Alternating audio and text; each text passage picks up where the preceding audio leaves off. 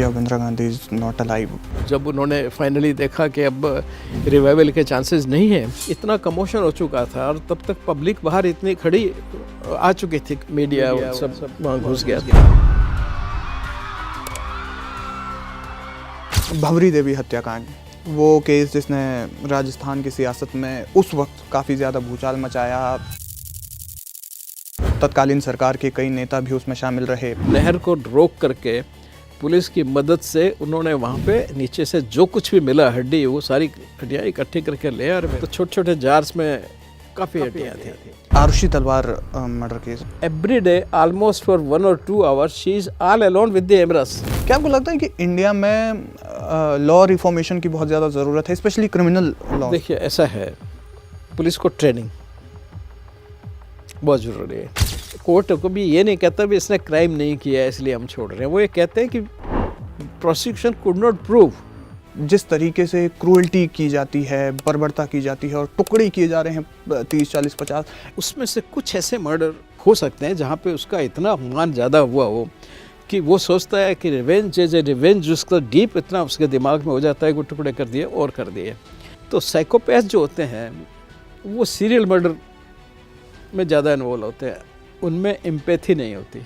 Psychopath का किया हुआ मर्डर कभी डिटेक्ट नहीं होता। नैना साहनी मर्डर केस को लेकर के, जिसे तंदूर हत्याकांड के नाम से भी जानते हैं, उसके कल के 36 टुकड़े हो चुके थे। अब गवर्नमेंट की तरफ से एक रिक्वेस्ट आई थी कि भाई इनका हेड नहीं ओपन किया जाए। कोई ऐसा केस है जिसमें आपको लगा कि आपने बहुत ज़्यादा मेहनत करी, सब चीज़ें हो गई और फिर उसके बाद अंत में मतलब वो एकदम मिस्ट्री ही है अभी तक भी आपके लिए?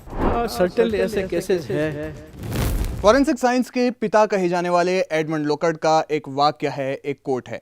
वो कहते हैं, every contact leaves a trace. कोई भी अपराधी जब अपराध स्थल पर जाता है, क्राइम सीन पर जाता है, अपना काम निपटाता है, तो उसके बाद वो वहां कुछ ना कुछ ट्रेसेस छोड़ देता है। फॉरेंसिक्स एक्सपर्ट्स का या फॉरेंसिक डॉक्टर्स का काम है कि वो उन ट्रेसेस को पहचाने, उन्हें ढूंढे। ये बात हम आपसे क्यों कह रहे हैं, आगे सुनिए। ये साल 1973 है। एक नौजवान शख्स जो दिखने में खूब हैंडसम है और उतना ही पढ़ाकू भी, एम्स दिल्ली में डॉक्टरी की पढ़ाई कर रहा है।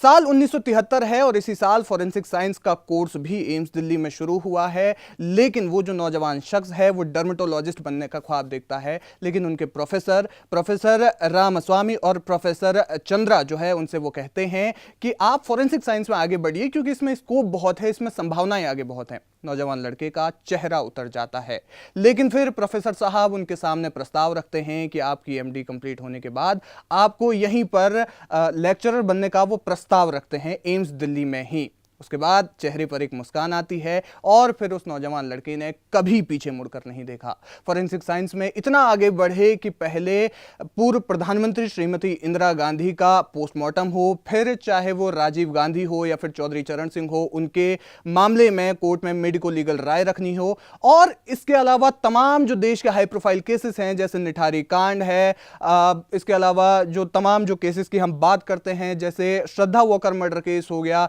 या फिर ऐसे जो हाई प्रोफाइल केसेस हैं, भंवरी देवी मर्डर केस की जैसे हम बात करते हैं, इन तमाम केसेस में उन्होंने अपनी एक्सपर्टीज से जो अपना अनुभव है वो साझा किया और इसके बाद अपराधियों को उनके अंतिम गंतव्य यानी कि सलाखों के पीछे भेजने में पुलिस और इस देश की न्यायपालिका की मदद की। जी हां, लाइव हिंदुस्तान के स्टूडियो पर बहुत बहुत स्वागत है बहुचर्चित और मशहूर forensic science expert doctor Tirathdas Dogra sir का। सर, सबसे पहले तो मैं आपसे ये जानना चाहूँगा कि किस तरीके से आपने जैसे शुरुआत की, मतलब पहली बार वो जो कोर्स आया और उसके बाद आपके प्रोफेसर आपको कहते हैं कि आप जो है फॉरेंसिक साइंस में आगे बढ़िए, क्या वो मतलब दिन था आपके लिए और किस तरीके से आपने फिर उसको आगे अपने करियर को फॉरेंसिक साइंस में ही आगे बढ़ाया? अब जैसे आपने बताया कि प्रोफेसर रामालिंगा स्वामी उस वक्त हमारे डायरेक्टर हुआ करते थे और उस टाइम पहली दफ़ा डायरेक्टर साहब ने कहा कि जिनके भी जो पोटेंशियल एमडी कैंडिडेट हैं उनसे मैं मिलूँगा।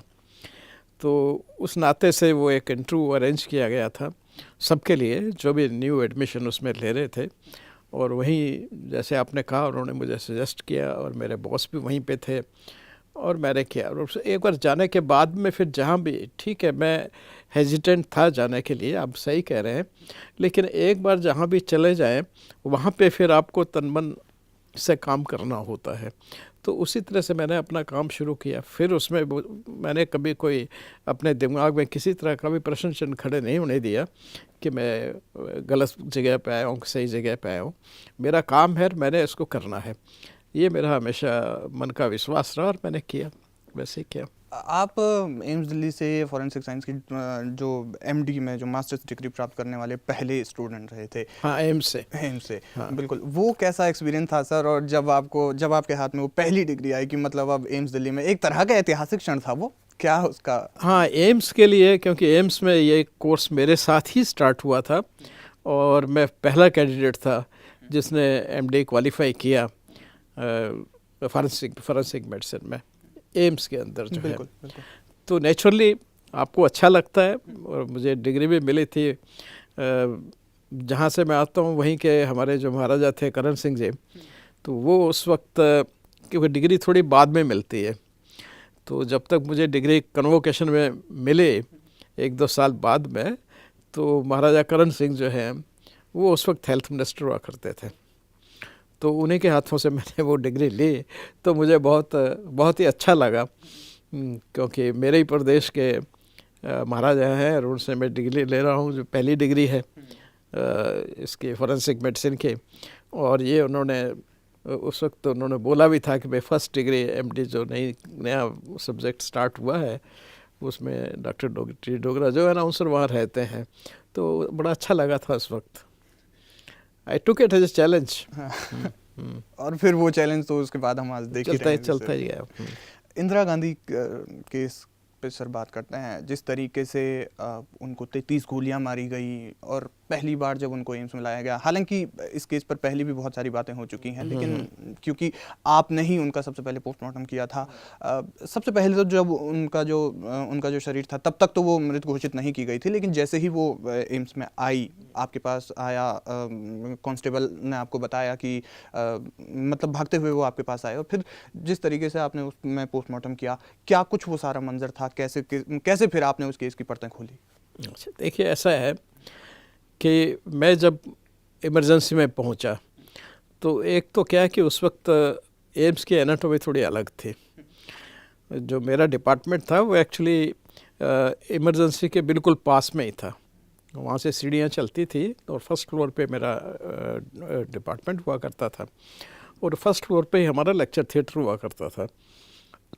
तो उसी लेक्चर थिएटर में मैं एग्ज़ाम कंडक्ट करवा रहा था। टर्मिनल एग्जामिनेशंस होते हैं, हर 2-3 महीने से हम बच्चों का एग्ज़ाम लेते रहते हैं जो MBBS कर रहे होते हैं। तो वैसा एक एग्ज़ाम मैं करवा रहा था कि वो कांस्टेबल हमेशा दिन में 2-4 बार हमारे पास आता ही रहता था, जब भी कोई केस है तो वो दौड़ता हुआ आया कि सब जल्दी चलिएगा, ऐसे इंदिरा गांधी कुछ हुआ है, मेरे पास खबर आई है। एक्चुअली उस वक्त क्या होता था कि एक वहाँ पे जो प्राइवेट फ्लोर के नीचे एक रूम था, वो जो पुलिस को दिया रहता था, और वहीं पे सारे VIP के कम्युनिकेशन जो है वहाँ होते थे। तो वहाँ से उसको खबर आई कि जब भी कोई ऐसी सीरियस बात है तो नेचुरली पहले पुलिस को इन्फॉर्म होती है, आपस में कम्युनिकेट करते हैं। तो उन्होंने कम्युनिकेट किया भी ऐसे ऐसे हम लेके आ रहे हैं, तो वो तुरंत दौड़ करके मेरे पास में आ गया। बाकी इमरजेंसी वालों को तो बुलाया ही, और क्योंकि मैं थोड़ा ही था तो हार्डली कोई आधा मिनट लगा होगा, मैं तुरंत लेक्चर थिएटर से आकर के वहाँ नीचे आ गया। तो जब मैं पहुँचा तो कुछ ही समय बाद में डॉक्टर भार्गवा जो उस वक्त डायरेक्टर थी, जो उस दिन डायरेक्टर बनी थी उसी दिन, वो वहाँ पे आ गई थे। तो उसके बाद में फिर मैं थोड़ा, क्योंकि मैं जूनियर लेवल पे आदमी था उस वक्त, वो लोग इतने सीनियर थे मेरे पास में, और साथ में बाद में SD टंडन भी आ गए वहाँ पे, तो मैं थोड़ा सा पीछे उनसे खड़ा रहा है। लेकिन जो डॉक्टर थे वहाँ पे ड्यूटी पे, डॉक्टर राम प्रसाद थे उनका नाम था, साउथ से थे, कहीं हैदराबाद से कहीं से, तो वो CMO था, तो बड़ा घबराया हुआ था।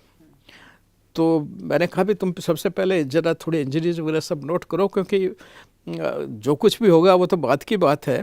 तो उसने इंटूबेट कर दिया था, अब मुझे तो इंटूबेट करने के बाद, इंटूबेट करने का मतलब ये होता है कि एक ट्यूब होती है मुंह में डाल दी जाती है, इसमें सांस की नली में रोज से एक बैग लगा देते हैं, तो बैग से वो एम्बू बैग जिसको कहते हैं वो रेस्पिरेशन आर्ट, तो वो उसने कर दिया तुरंत। और करने के बाद में मैंने कहा देखो तुम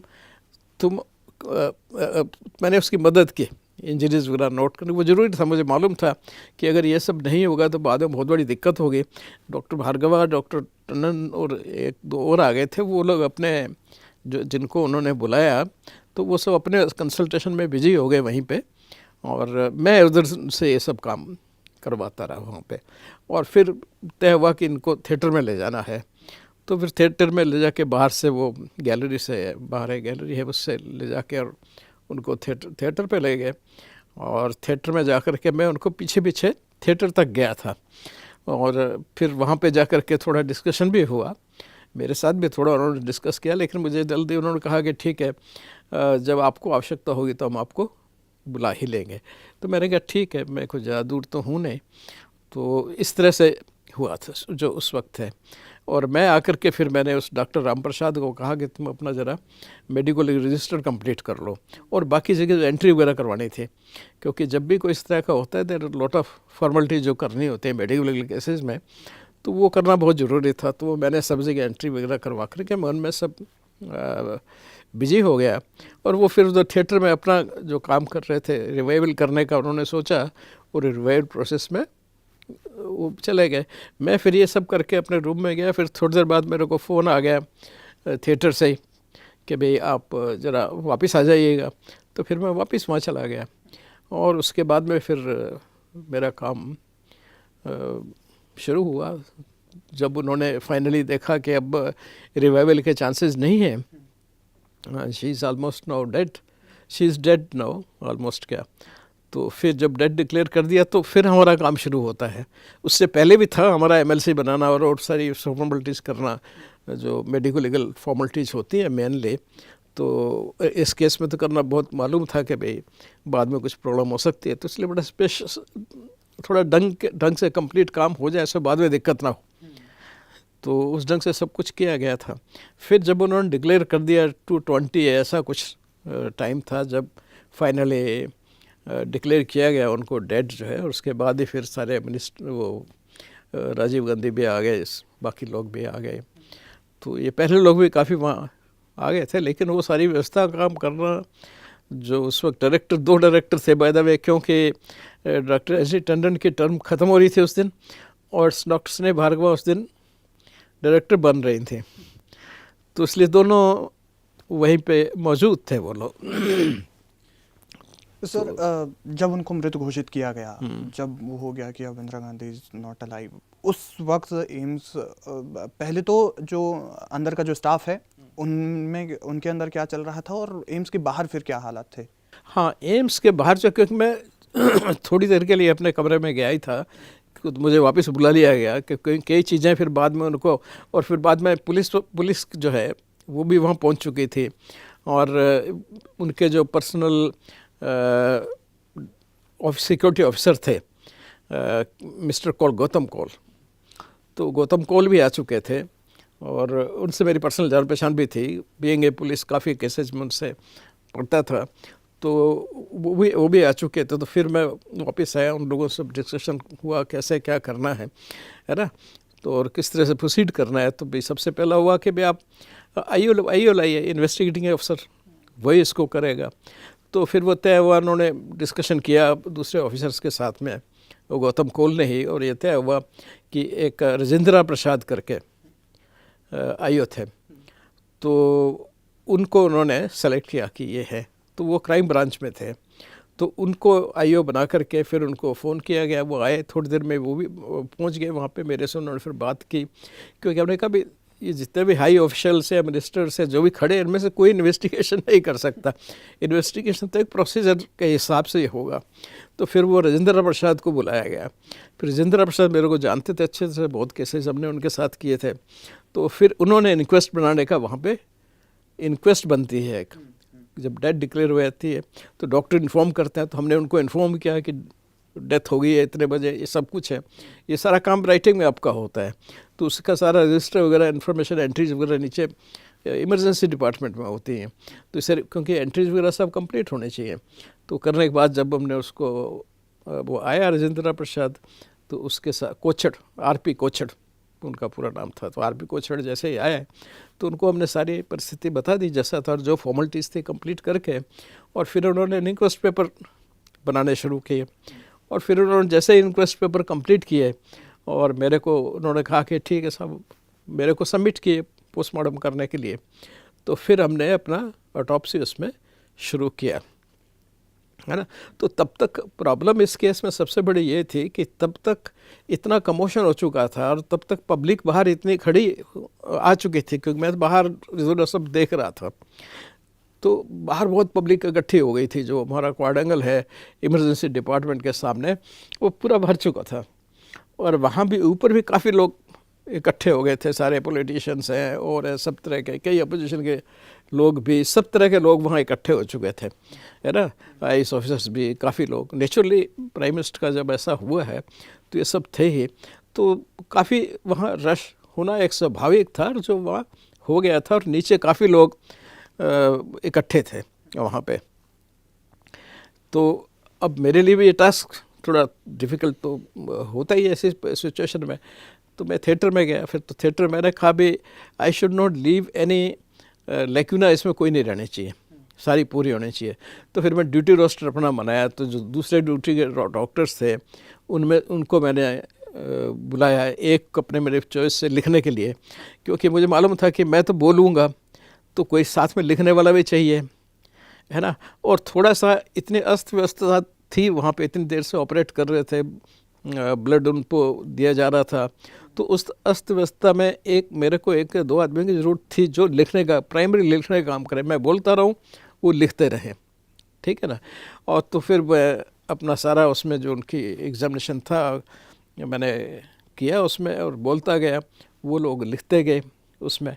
और सर्जन जो थे उस आर.के. धवन तो उन्होंने मेरे काफ़ी उसमें मतलब, क्योंकि बॉडी को ऑलरेडी उन्होंने काफ़ी स्टिचिंग, जब इतनी सारी 29-30 गोलियाँ लगी हैं तो, और फिर लिवर डैमेज है, तो सब ओपन किया हुआ था, तो उन्हीं वुंड को ही ओपन भी पोस्टमार्टम में आप नया फ्रेश लगाओगे तो और म्यूटिलेशन होगा। तो ऑलरेडी काफ़ी बड़े बड़े इंसिजन्स थे, उन्हीं को ओपन किया गया और उन्हीं को एक्सटेंड करके, तो वो मेरे जो भी इंजरीज अंदर थी, इंटरनल एग्जामिनेशन सारा कंप्लीट किया। अब गवर्नमेंट की तरफ से एक रिक्वेस्ट आई थी कि भाई इनका हेड नहीं ओपन किया जाए। अब ये डिसीजन तो डॉक्टर ही ले सकता है, क्योंकि कन्वेंशनली हम all the 3 body cavities open करते हैं, हेड, चेस्ट और एब्डोमेन, तो ये एक रिवाज है, लेकिन ये कोई कंपल्शन नहीं है। तो यहाँ पे कोई सिर पे चोट नहीं थी, सारी चोट जो है वो चेस्ट और नी के बीच में थी, है ना। सारा बस जो था फायर आर्म का वो वहीं पे था, एंट्री एग्जिट सारी इसी रीजन में थी, तो कोई आवश्यकता थी नहीं हमें लगा। और फिर इंटरनल जो मेन चीज़ होती है इसमें ये पता करने का कि किस इंजरी से उनकी डेथ हुई है, which injury was sufficient to cause death in ordinary course of nature, कि ऑर्डिनरी कोर्स ऑफ नेचर में कौन सी इंजरी फैटल थी। ये एक इम्पॉर्टेंट इशू होता है आपको निकाल कर देने का। तो वो हमको मिल चुकी थी, उसकी सारी एविडेंसेस मिल चुकी थी, एक्सरे करवाए थे, तो एक्सरे में सारी बुलेट्स, जो कुछ बुलेट्स ऐसी जगह फंसी थी कि अगर हम उनको निकालते तो स्पाइनल कॉर्ड वगैरह टूटता और होता तो कोलैप्स हुए थे घोड़े। क्योंकि ये हमें रिक्वेस्ट की गई थी कि बॉडी को 3 दिन तक रखा जाएगा in state for the people to pay their respect. तो वो सब ध्यान में रखते हुए फिर अकॉर्डिंगली अप्रोप्रिएटली हमने सब लिए, और जो रिकवर वहाँ पे बुलेट हमने की अंदर बॉडी से, उन सब को प्रिजर्व किया, और वो 2 डिफरेंट तरह के वेपन्स की थी, है ना। तो तब तक इतना मालूम होता लोगों को कि 2 लोगों ने गोली मारी है, क्या हुआ कुछ नहीं, सिवाय इसके कि उनको भी गोली मार दी है। जिन्होंने इंदिरा गांधी जी पे अपनी गोलियां चलाई थी उन पे भी गोलियां चला दी गई, इतनी खबर थी। उस टाइम तक कोई और पता नहीं था, इट वाज सारा बिल्कुल ब्लाइंड प्रोसीजर जिसे कहते हैं वो था, तो इसलिए बड़ा कोशिश रहना पड़ता था। फिर हमने उनके कपड़े वगैरह लिए और कपड़े वगैरह सभी लेकर के वो सील किए, जो साड़ी पहन रखी थी और थे जो कुछ बिलोंगिंग था उनका, तो वो सब प्रिजर्व करना ज़रूरी होता है डॉक्टर को। तो वो सब भी हमने किया, क्योंकि उनका भी बाद में जो बुलेट्स लगी होती हैं मिलान करना पड़ता है कपड़ों का। तो इस तरह से एंट्री एंड एग्जिट का मिलान करना सबसे बड़ा क्वेश्चन था। तो सबसे बड़े क्वेश्चन दो हो गए, एक ये कितनी गोलियां लगी, एंटर हुई, कितनी एग्जिट हुई, इनका पूरा हिसाब, कितनी गोली अंदर रह गई, कितनी बाहर चली गई, उनका हिसाब, और फिर जो वेपन जिनसे फायर हुई हैं उन वेपन से जो गोलियां मिली हैं बॉडी के अंदर से उनका मिलान वो जरूरी होता है, जिससे कि यह सिद्ध किया जा सके कि भाई ये पर्टिकुलर बुलेट जो है इस पर्टिकुलर वेपन से वो मैच करती हैं, और वही बुलेट बॉडी में जाके उन्होंने एक इंजरी की। और तीसरा फैक्टर हो गया कि जो इंजरी ऐसे प्रोड्यूस की which is sufficient to cause death in ordinary course of nature, जो ऑर्डिनरी कोर्स में उस व्यक्ति की डेथ कर देंगे। तो ये फैक्टर्स मिलाना बहुत ज़रूरी होता है। तो इसलिए हमारा जो मेन कंसंट्रेशन उसमें सारा था वो इन फैक्टर्स की तरफ था, और उन्हीं फैक्टर्स को, क्योंकि मुझे मालूम था कि जैसे मैं अक्सर कहता हूँ कि मैं कभी भी पोस्टमार्टम करते हुए या लिविंग का एग्जामिनेशन करते हुए मैं सबसे पहले ये सोचता हूँ कि भाई आज की बात नहीं मत सोचो, विटनेस बॉक्स पे जिस दिन खड़े हो गए और इस बात को आप कोर्ट में अपने बयान को दोगे तो वहाँ पे बहुत सारे डिफेंस काउंसिल भी खड़े होने हैं, है ना, तो वो सवाल आपको पूछेंगे। तो we have to do your preparation for that, उसके लिए आपको प्रिपेयर करना होता है, इसलिए आपको you have to very careful. तो यही था, ये करके फिर मैंने वहाँ पोस्टमार्टम रिपोर्ट हम लिख नहीं सकते थे, तो वहाँ से फिर मैं अपने ऑफिस में चला गया और वहाँ हमने रिपोर्ट लिख कर कि रात को 12-1 बजे तक पूरी रिपोर्ट लिख डाली थी, बहुत लंबी, क्योंकि 30-31 वुंड, एंट्री, फिर एग्जिट, फिर सबका कोरिलेशन आपस में करना, फिर जो sufficient to cause death injury थी उसका पूरा डिस्क्रिप्शन करना।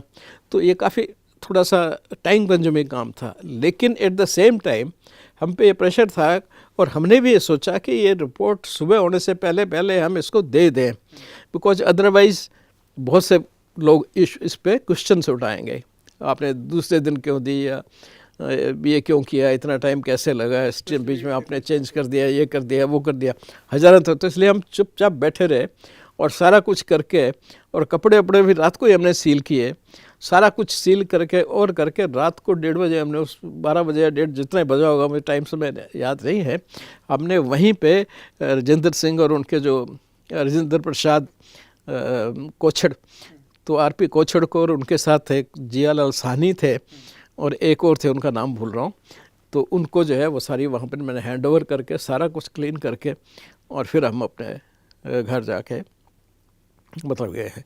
तो कहने का मतलब ये है कि भी इसलिए बहुत सी कन्फ्यूजन भी इसके बाद में आती रही, न्यूज़पेपर्स में लाइफ का ये वो दुनिया भर की चीज़ें लोग बनाते रहे, क्वेश्चंस हैं, ठीक है, वो अपनी जगह ठीक है इस तरह से सवाल पूछने के लिए, लेकिन वस्तुस्थिति स्थिति जो हुई वो इस सारी ये थी।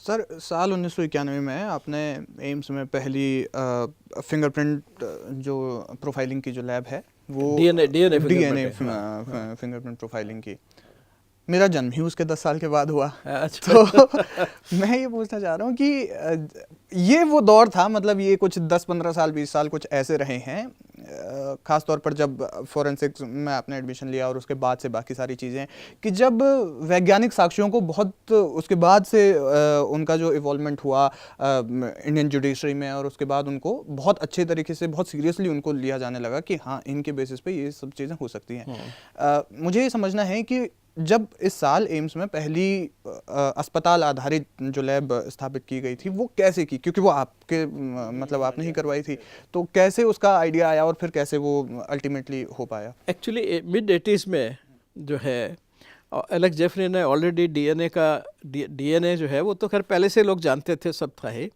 पर किसी ने ये नहीं सोचा था कि इसका आइडेंटिफिकेशन के लिए भी उपयोग हो सकता है या पैटर्निटी के लिए उपयोग हो सकता है। तो उन्होंने पहली दफ़ा जो है डीएनए फिंगरप्रिंटिंग वर्ड यूज़ किया और उन्होंने पेपर पब्लिश किया कि ठीक है, डीएनए से हम जो है आदमी की आइडेंटिटी एस्टेब्लिश कर सकते हैं, और पेरेंटल किसके वो बच्चे किस पेरेंट्स के हैं कि नहीं हैं वो, क्योंकि डीएनए हमेशा आधा फादर से आएगा, आधा मदर से आएगा, उनके फादर का और दूसरों से आएगा, उसी तरह से उनके भाइयों के साथ जाएगा, तो वो कॉमन चेन चलती है।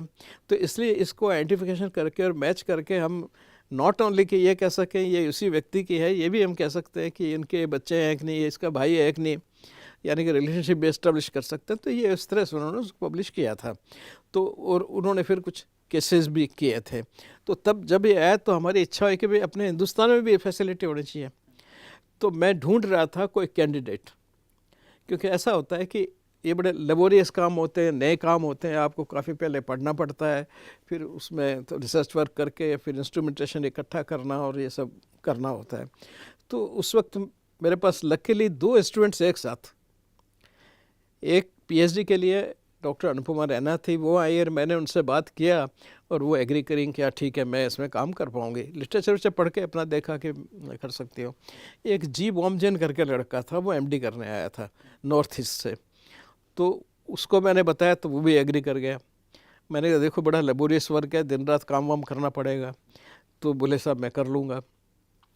तो मैंने कहा ठीक है। अब उसमें जब हम प्लान कर रहे थे तो एक समस्या आई कि भी रेडियो एक्टिव उसमें उस ज़माने में यूज़ करते थे। उस ज़माने की बिल्कुल अलग थी, 3 महीने 4 महीने लगते थे डीएनए करने में। अब आज तो सब कुछ ऑटोमेशन हो गया, तब कोई ऐसा कुछ होता नहीं था।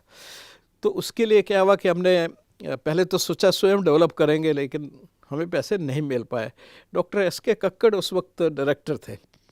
तो एक दिन मैं इवनिंग वॉक कर रहा था तो वो मेरे को मिल गए, बात मैं भी कर रहा था वो भी कर रहा था, तो एक पॉइंट पे मिल गए। तो मैंने कहा सर ऐसे है कि आपसे एक रिक्वेस्ट करनी थी। बोले क्या? मैंने कहा ऐसे ऐसे हम सोच रहे हैं कि डीएनए फिंगरप्रिंटिंग की लैब डेवलप करवाएं। तो और मैंने पहले भी लिखा था लेकिन मेरे को फाइनेंशियल सेंक्शन नहीं मिली है इसमें, और मेरे डिपार्टमेंट को वैसे भी कोई आपने मेजर सेंक्शन दी नहीं है। तो बोले भाई कितने पैसे चाहिए? तो मैंने उनको कहा 3 या 4 लाख रुपए, उस मतलब वो काफ़ी होते थे उस पर में।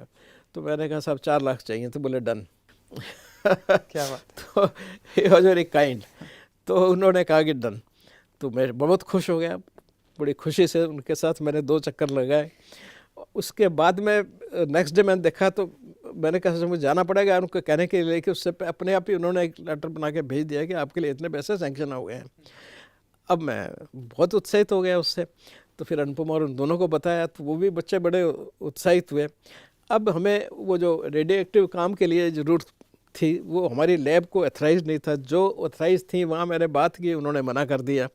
हमारी एम्स की जो थी, क्योंकि तो डिपार्टमेंट की चॉइस होती है ना, उनका और कोई काम इंटरफेयर हो रहा है तो वो दूसरे डिपार्टमेंटों को परमिट करेंगे। तो मेरे डॉक्टर हजनन थे, सैयद ए हजनन, मेरे बहुत अच्छे मित्र हैं, भाई समझ, भाई कह दो मेरे भाई की तरह हैं। तो उनसे मैं उनके पास में गया, मैंने कहा अभी ऐसे ऐसे हम ये करना चाहते हैं, डेवलप करना चाहते हैं। और उस वक्त वो नेशनल इंस्टीट्यूट ऑफ इम्यूनोलॉजी में थे साइंटिस्ट वहाँ पे। तो वो बड़े खुशी से वो एग्री किए। तो मैंने कहा ऐसे ऐसे 2 कैंडिडेट है, खर्चा वर्चा होगा तो मेरे पास पैसे एक्स्ट्रा नहीं है एक्स्ट्रा। तो बोले नहीं डॉक्टर साहब चिंता की बात मत करो। तो फिर हमने उनको को गाइड बनाया परमिशन लेकर के एम्स से। तो इस तरह से उनकी लैब की हमें वो रेडियो एक्टिव जो की प्रॉब्लम थे वो भी मतलब सॉल्व हो गई। तो इस तरह से फिर ये दोनों बच्चों ने काम करना उस पर शुरू किया और करते करते बड़ी जल्दी उन्होंने ये सॉर्ट ऑफ क्लियर 1.5 साल में उन्होंने अपने काम एस्टेब्लिश कर दिया। 3 साढ़े 3 साल में उन्होंने अपनी थीसिस भी कंप्लीट कर ली। इस तरह से यहाँ पे ये हमारे यहाँ वो लैब जो है डेवलप हो गई। फिर उसके बाद जो है बॉम्बजेन से मैंने कहा कि तुम रुको यहाँ पे सीनियर एजेंसी वगैरह, पर वो वापस अपने घर ही जाने में इंटरेस्टेड था। तो वो वापस घर चला गया और वहाँ पे फिर उनकी डेथ भी हो गई। अनुपमा मेरे पास रही कुछ दिन तक। उसके बाद में जब CDFD बना है तो she was the first scientist जिसका रिक्रूटमेंट हुआ था। तो 2-3 साल वहाँ पे उसने किया है, वहाँ पे लैब को जमाया जमाया। मीन टाइम मैंने अपने यहाँ पे पोजीशन क्रिएट करवा ली और फिर वो आई और उसका सिलेक्शन हो गया। तो फिर वो हमारी प्रोसेस वो कंटिन्यू रही। तो इस तरह से 90 से ही रादर मैं कहूँगा डीएनए फिंगरप्रिंटिंग की लैब हमारे यहाँ पे ऐसे चलती रही और बड़े अच्छी चली। बहुत अच्छे केसेस, बहुत केसेस अनुपमा ने किए और कोर्ट्स ने भी काफ़ी विश्वास जाहिर किया। और बाकी जगह भी जहाँ हम दिक्कत होती थी तो मेरा हमेशा ये रहा है कि जहाँ कोई साइंटिफिक प्रॉब्लम है किसी से पूछने में कभी हिचको मत। तो सैयद हजनन बाद में डायरेक्टर बन गए थे उसी CDFD के, ठीक है ना। तो फिर मैं उनसे भी जाके कंसल्ट कर लेता था, बात कर लेता था किसी भी केस में कुछ है तो इस तरह से, क्योंकि साइंस में हम दरवाजे बंद करके नहीं रखते, है ना। अब वो ये कभी कभी प्रॉब्लम भी थोड़ी कोर्ट में आती है। कोर्ट समझता है कि जैसे नहीं 100% कोई चीज़ आपको कहीं अटक गया, समझ गया, तो किसी से पूछना ही पड़ेगा आपको, है ना। जो चीज़ आपके एक्सपीरियंस में नहीं आई है, कोई नई चीज़ आती है, तो you have to either see books और कंसल्ट समबडी। तो ये हमारे लिए बड़ी आम बात होती है। We take it very means मतलब rather it's our duty to consult anybody जिसको कि ज़्यादा नॉलेज है। तो इस तरह से करते हुए लैब हमारी बन गए, बड़े बड़े बहुत अच्छे अच्छे केसेस उसमें हुआ। नाउ सरप्राइजिंगली नाउ अनुभव is retiring, she was a PhD candidate, पर अब उसकी सर्विस पूरी हो गई है, बस 60 ईयर्स है। I think am should give her little extension, कुछ देना चाहिए उसको एक्स्ट्रा 4-5 साल। It's the first facility being started in a medical college and that, तो उस आदमी को थोड़ा रिगार्ड तो देना चाहिए। सर, भंवरी देवी हत्याकांड, वो केस जिसने राजस्थान की सियासत में उस वक्त काफ़ी ज़्यादा भूचाल मचाया, तत्कालीन सरकार के कई नेता भी उसमें शामिल रहे। पहले अपहरण होता है, फिर उसके बाद हत्या होती है और फिर शव को जला करके नहर में बहा दिया जाता है। ये बात मैं इसलिए करना चाहता हूँ क्योंकि उस केस में जिस तरीके से पहले बॉडी जलाई, जो राख है उसको नहर में बहाया, और छोटे छोटे जो ट्रेसेस होते हैं, जो कह सकते हैं कि उनको वो बहाए, और फिर उसके बाद आपने उनसे उस केस का खुलासा किया, भंवरी देवी हत्याकांड का, और फिर उसमें जो भी आरोपी थे उनको दोष सिद्धि हुई उनकी, कैसे वो आपने करवाया? क्योंकि जिस तरीके से वो राख हो गई और फिर उसके बाद वो छोटे छोटे टुकड़े हो गए थे, तो कैसे आपने वो किया सर? मैं सोचता हूँ आपको दर्शकों को दिखाना चाहिए वो टुकड़ा हड्डी का। एक्चुअली ऐसा हुआ कि जब ये सब चल रहा था तो मेरे से कांटेक्ट किया गया, सीबीआई ने भी कांटेक्ट किया, तो किस तरह से है, क्योंकि मेरा ब्रॉटअप बीकानेर राजस्थान में हुआ है, तो नहर के किनारे का थोड़ा मेरे को आइडिया था वहाँ कैसे क्या होता है। तो वो लोग भी खैर वैसे ही सोच रहे थे, लेकिन यही तय हुआ, CFSL की टीम वहाँ ऑलरेडी पहुँची हुई थी, और तो हमने कहा भी देखो तुम कैसे न कैसे करके नहर से पहले वो राजेंद्र सिंह होते थे, डॉक्टर राजेंद्र सिंह CFSL के डायरेक्टर, उस वक्त जो है डेथ हो गई उनकी अभी कुछ समय पहले, तो उनसे मेरी बात हुई। तो मैंने कहा भी देखो ऐसा है, पहले तो वो उसको नहर को रुकवा के तुम कैसे न कैसे जो भी रेमेनेंट मिलते हैं नीचे से उनको ढूंढो, और जहाँ पे वो गाड़ते हैं, कि ये मुझे मालूम था कि खड्डा करके वहाँ पे लोग हिरन वगैरह मार के और फिर खड्डे में डाल के लकड़ियाँ डाल के आग लगा देते हैं, जो रेमेनेंट बचते हैं वो नहर में फेंक देते हैं। तो इस तरह की वहाँ बातें सुना करते थे लोगों से कि ऐसे ऐसे लोग करते हैं।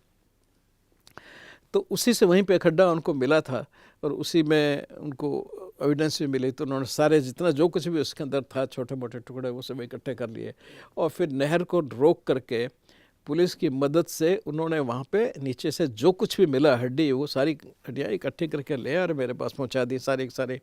तो छोटे छोटे जार्स में काफ़ी हड्डियाँ थी, छोटे छोटे टुकड़े जितने भी हैं वो ले आए थे। तो मैंने फिर अपनी एक टीम बना करके, क्योंकि इतने उनको एग्जामिन करना था, और मैं हमेशा ओपन रहता हूँ, I am always open to seek help of people who knows more than me, है ना।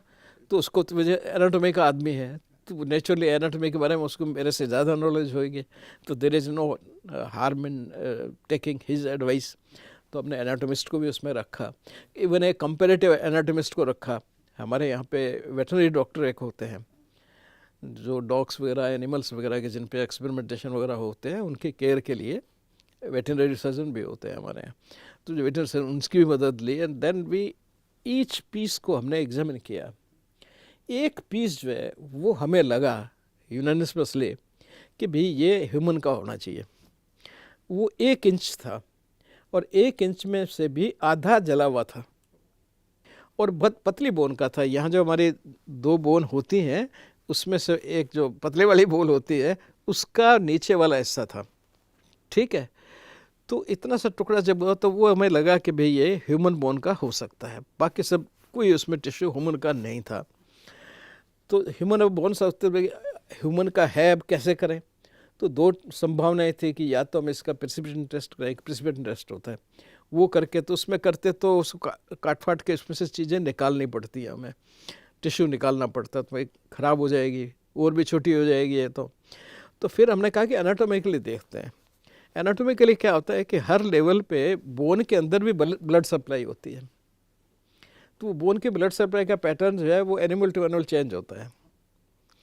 तो हमने एक एक्चुअल ह्यूमन की बोन लेकर के एनाटॉमी से और उसको एक ही लेवल पे, उसी लेवल पे काट कर दोनों के पैटर्न की स्टडी की तो बिल्कुल सिमिलर था। मतलब बहुत से पैटर्न होते हैं एनाटॉमिकल लैंडमार्क्स जितने भी हैं, उनको किया और हमें बिल्कुल कंफर्म हो गया कि ये बोन ह्यूमन की है। तो वो एक पीस हमने उसमें से निकाल लिया। अब निकालने के बाद क्वेश्चन हुआ डीएनए करने का। तो डीएनए किया तो मैंने फिर सीबीआई के लोगों को कहा कि देखो, अगर मैं ही डीएनए इसका करता हूँ, यहाँ पे करवाता हूँ, ठीक है, या अनुपमा को हैदराबाद भेज के मैं करवाता हूँ, तो फिर ये थोड़ी सी गड़बड़ बात हो, वो कहेंगे सर आप ही ने आइडेंटिफाई किया, आपने डीएनए किया, तो क्वेश्चन रेज कर सकते हैं, पॉलिटिकल मामला है इसमें। सेकेंडली, मेरे यहाँ पे रिजल्ट जो हैं बोन से आइसोलेशन के वो 50% है, और हमारे से ज़्यादा अच्छे रिजल्ट जो आते हैं, और जो CDFD में भी तब 50% ही थे, तो मैंने कहा वहाँ भी भेजने से कोई फ़ायदा नहीं है, उनकी भी सेम रिपोर्ट है। तो USA के जो लैब है FBI के, उनके अच्छे रिजल्ट हैं हमारे, तो इसलिए आप एक बोन का वहाँ पे करवा लो, फिर अगर उससे पॉजिटिव निकलता है तो फिर हम आगे बढ़ेंगे। तो उसके लिए एग्री कर गए, तो उनका सब कोर्ट से परमिशन लेनी पड़ेगी। तो मैंने कहा साहब कोर्ट में आपका काम है वो, तब लीजिए। तो उन्होंने कोर्ट से परमिशन ली, कोर्ट ने मना कर दिया। वापस मेरे पास आएगा साहब, कोर्ट ने तो मना कर दिया। मैंने कोर्ट ने मना कर दिया तो मैं ऐसा करता हूँ कि मैं आपको लिखता हूँ भी, अभी तक तो मेरे पोजीशन में है ये बोन्स, तो मैं एक लेटर ड्राफ्ट करके आपको देता हूँ कि भाई ऐसे ऐसे वहाँ करवाने से सारी एक्सप्लेन करते हुए, और इसलिए मेरे एक्सपर्ट ओपिनियन में ये एडवाइज्ड है कि आप इसको USA भेजें, FBI के लैब में भेजें, क्योंकि वहाँ रिजल्ट उनके बेटर है, क्योंकि वो प्रोटोकॉल पे डिपेंड करता है, फैसिलिटीज़ पे करता है। तो अब तो चलो हम USA के बराबर आ रहे हैं, पर उस ज़माने में उतने नहीं थे। तो फिर वो चिट्ठी लिखी उन्होंने, कोर्ट में प्रोड्यूस की, तो कोर्ट ने कह दिया ठीक है कि खाली इसका वहाँ पे आइसोलेशन हो जाएगा, बाकी फिर यही होगा काम। तो अब उन्होंने लेके उसको, कोर्ट ने परमिट कर दिया, तो वो बोन हमसे लेकर के उन्होंने USA भेज दी। USA वालों ने उसमें से आइसोलेट कर लिया, आइसोलेट करके उसका DNA प्रोफाइलिंग करके यहाँ भेज दिया। फिर यहाँ पे उनके सारे रिलेशन के साथ वो किया गया, तो वो आइडेंटिफाई हो गई, मैच कर गई। और मैच ही नहीं किए, उसमें जो उसकी एक बच्चा जो उसका एक था, वो उसके हस्बैंड का नहीं था, वो वन ऑफ दी जो शामिल थे उनमें उनका था, है ना, क्योंकि उनके ब्लड भी हम लिए थे हमने, तो वो उससे मैच कर रहा था। तो वे भी हो गया कि नहीं, ये नहीं, रिलेशनशिप नहीं, उसका बच्चा भी एक है। तो जिसके ऊपर मेरा बड़ा बाद में इसलिए वहाँ क्रॉस भी हुआ, ये सब था। तो वैसे सब जब मिल गया तो अब वो कहाँ जाएंगे, ठीक है ना। तो फिर वो लोग पकड़े गए जिन्होंने मारा था। फिर केस चला, जोधपुर में चला, मेरी एविडेंस हुई, रिटायरमेंट के बाद में हुई मेरी एविडेंस वहाँ पे, काफ़ी देर तक उसमें मेरा वो एक क्रॉस भी 2-3 बार उन्होंने किया जो है। तो रादर उस वक्त मेरी थोड़ी तबीयत ख़राब थी, मेरी दिक्कत भी बहुत होती थी, लेकिन मैं गया वहाँ पे जा करके, और 3-4 टाइम्स उन्होंने शायद मेरे को बुलाया था। काफ़ी लंबा क्रॉस करते थे, सुबह से लेकर शाम तक उसमें।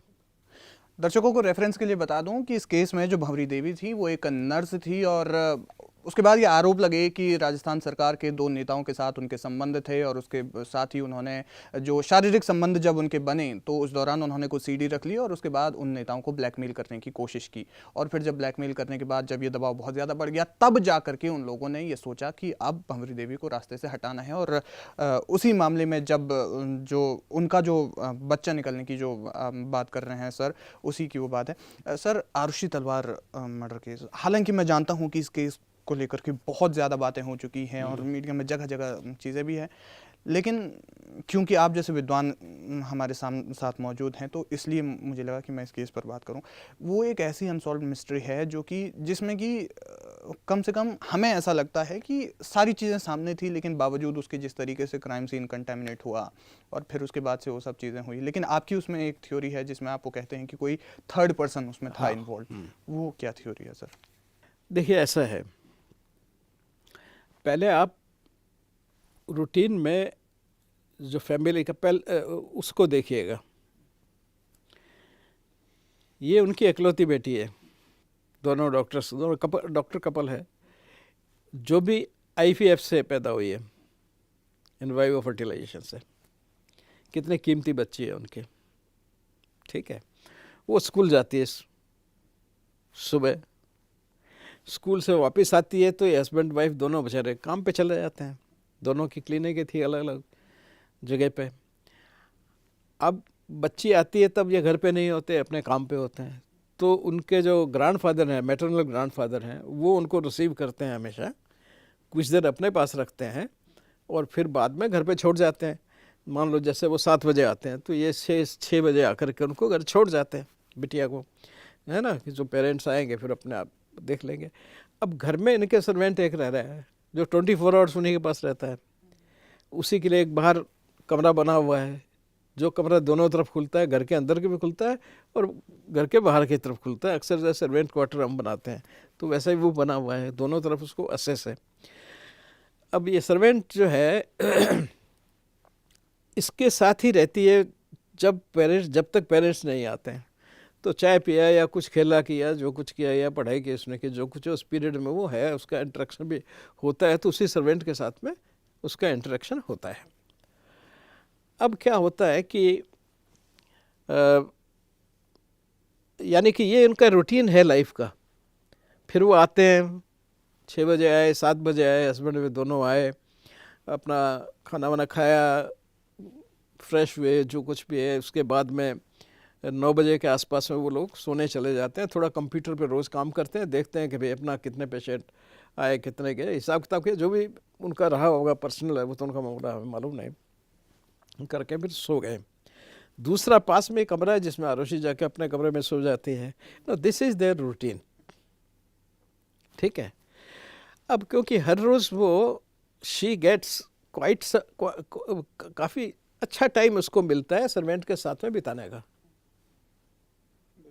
ठीक है ना। It's a regular phenomena. That fellow has become part of family. एक तरह से मैं ये कहूँगा, जब अंदर वही रह रहा है, घर में रह रहा है, तो ऑल प्रैक्टिकल पर्पजेज वो एक फैमिली का पार्ट सही हो जाता है सर्वेंट।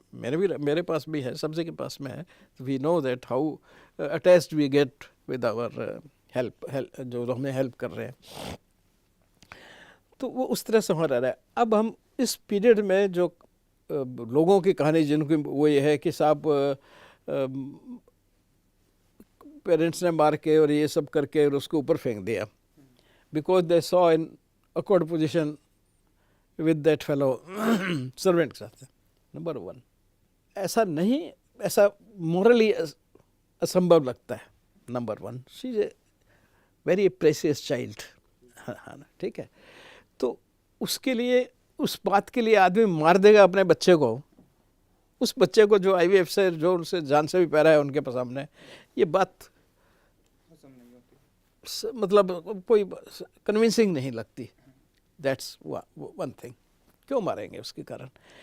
एंड सेकेंडली, कोई ऐसी उस आदमी के पास्ट हिस्ट्री नहीं है कि साहब वो कोई वुमेनाइजर हो या कोई ऐसी वैसी, कुछ ऐसा है नहीं। It's a presumption of the mind.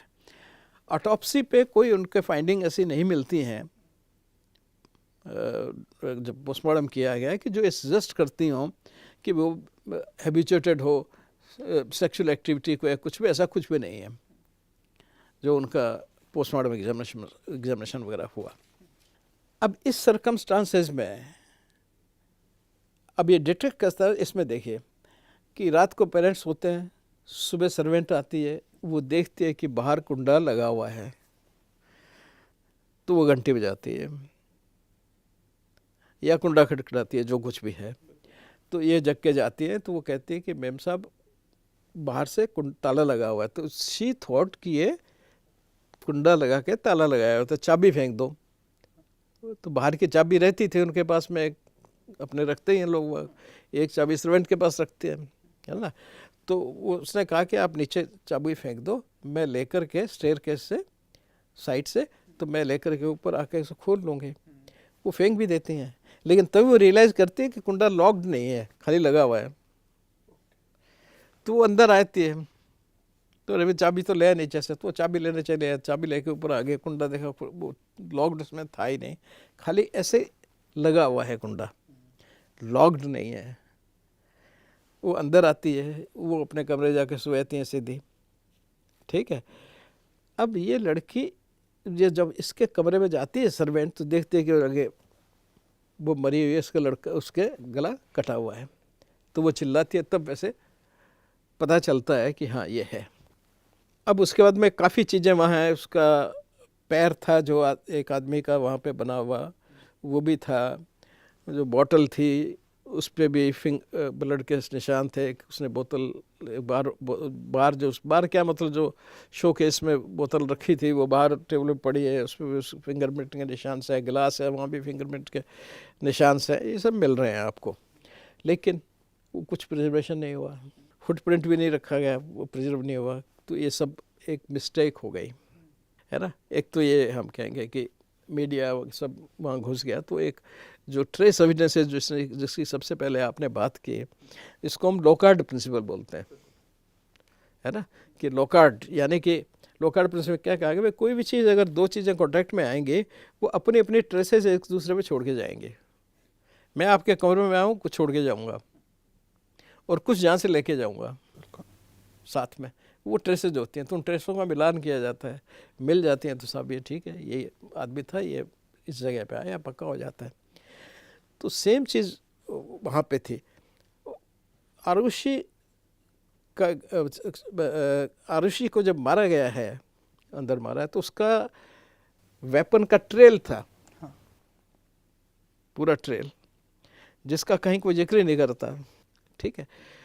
जब एक दिन बाद या 2 दिन बाद ऊपर वाला कमरा खोला, ऊपर छत खोली गई, जब किसी ने कहा कि साहब छत पे देखो क्या है, क्योंकि वो नहीं मिल रहा था, सर्वेंट जो है वो मिसिंग था। तब तक उसी पे शक जा रहा था। है जी, तब तक उसी पे शक जा रहा था। उसी पे शक जा रहा था। और वो देखा जब खोल के ऊपर उन्होंने ताला खोल करके और छत पे देखा, तो उसी की लाश वहाँ पड़ी हुई है, उसी की लाश मेरे पड़ी हुई है।